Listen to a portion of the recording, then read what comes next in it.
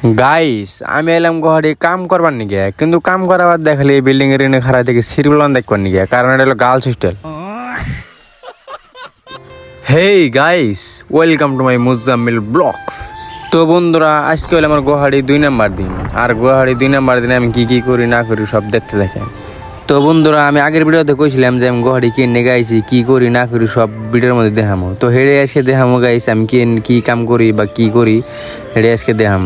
তো বন্ধুরা, ফাইনালি বাড়িটা পাই গেলাম গা, মানে যে বাড়িতে কাম করবো। তো কি কাম করি না করি দেখতে থাকেন, ভিডিওটাকে স্কিপ করবেন না। তো বন্ধুরা, আর অল্প টাইম ওয়েট করেন, মানে ঘরটা খোলার পরেই দেখতে পারবেন আমি কি কাম করি না করি। তো ফাইনালি গাইজ ঘরটা খোলা হয়ে গেল গা। তো খোলার পরে আমি ঘরের ভিতরে আইলাম, আমার বহে থেকে জানি কোনো গেল তুমি একটু বহু আমি আইতেছি।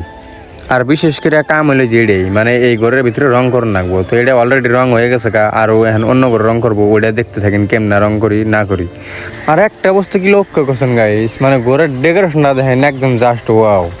মানুষের চাইলে সব পারে, মানুষের মাইন্ডসেট দেখছেন কি। আর গাইস ফাইনালি যে এই কামটাই করা হয়, এই যে দেখেন রং করতেছে। তো আমি তো রং করা হারি না, আমি খালি জাস্ট রং সং নিয়ে দেই, আগে দেই, এটাই আমার কাম। তো গাইস লাঞ্চের টাইম হয়ে গেছে গা, তাই ভাত খাইবার গেতেছি। আর আজকে রোদ দেখছেন কি গাইস, একদম 34 ডিগ্রি, একদম ফাড়াই দিচ্ছে গাইস, মানে এত রোদ।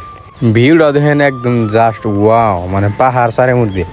তার ভিতরে আবার একটা স্টেডিয়াম, তাহলে গাইস ফিল্ডে কিরকম দেখছেন না।